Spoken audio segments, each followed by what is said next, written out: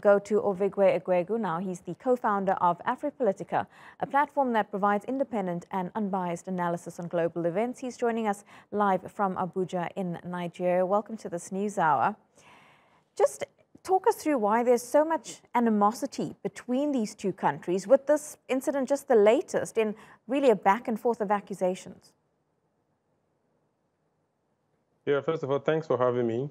I would say what you're seeing is a display of complete and utter collapse of diplomatic engagement between Mali and France. And that is why you always see one narrative, pushed by maybe Malian government will be countered by the French government. If the French government says one thing, the Malian government is saying the exact opposite. So it goes to show there's almost no communication between both sides, and that is because since the French government announced its withdrawal from Mali, there have not been any serious sort of effort to mend fences. Because before the announcement of French withdrawal from Mali, of course, there were years of protests on the streets, and then there was the coup. And then there were, a provocative statement from Le Drian, the French foreign minister,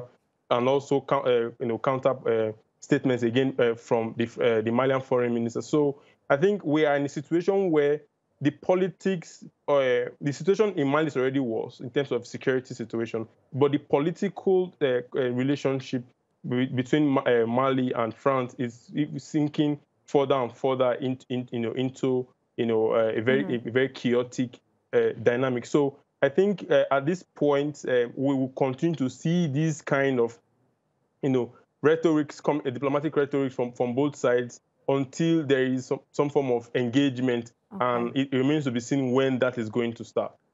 Ovigwe, does this latest accusation have any regional impact, especially with France pulling its troops out of Mali and the region still battling an insurgency? Yeah, I think the only regional implication this would have would really goes to the narrative that has come out with the drone footage. Because, for instance, yes, the Malian government has every right to question the use of drones or any military or surveillance equipment on its territory, but at the same time, the French are not completely out. So we cannot necessarily say, this is, I would say this is a blatant violation of its sovereignty, because they might not have collected, they might not have requested, permission to fly that drone, but the drone and French troops are still on Malian territories. So the narrative that the Malian government is putting out might not necessarily resonate with regional countries who ordinarily might see this as a violation of Mali's sovereignty. Mm-hmm. Now, if you look at the content of the drone footage, which is the dead bodies being buried by what we are told are Malian forces, yes, they have been concerned about violation of human rights and extrajudicial killings by foreign militaries, whether it's Wagner or even the French. That's part of the grievances that many Malians have been expressing, that they too feel that their rights are violated. But we've not seen real evidence to back up these claims. So again, even the French narrative, just like the Malian narrative, might not necessarily fly with regional countries or regional governments.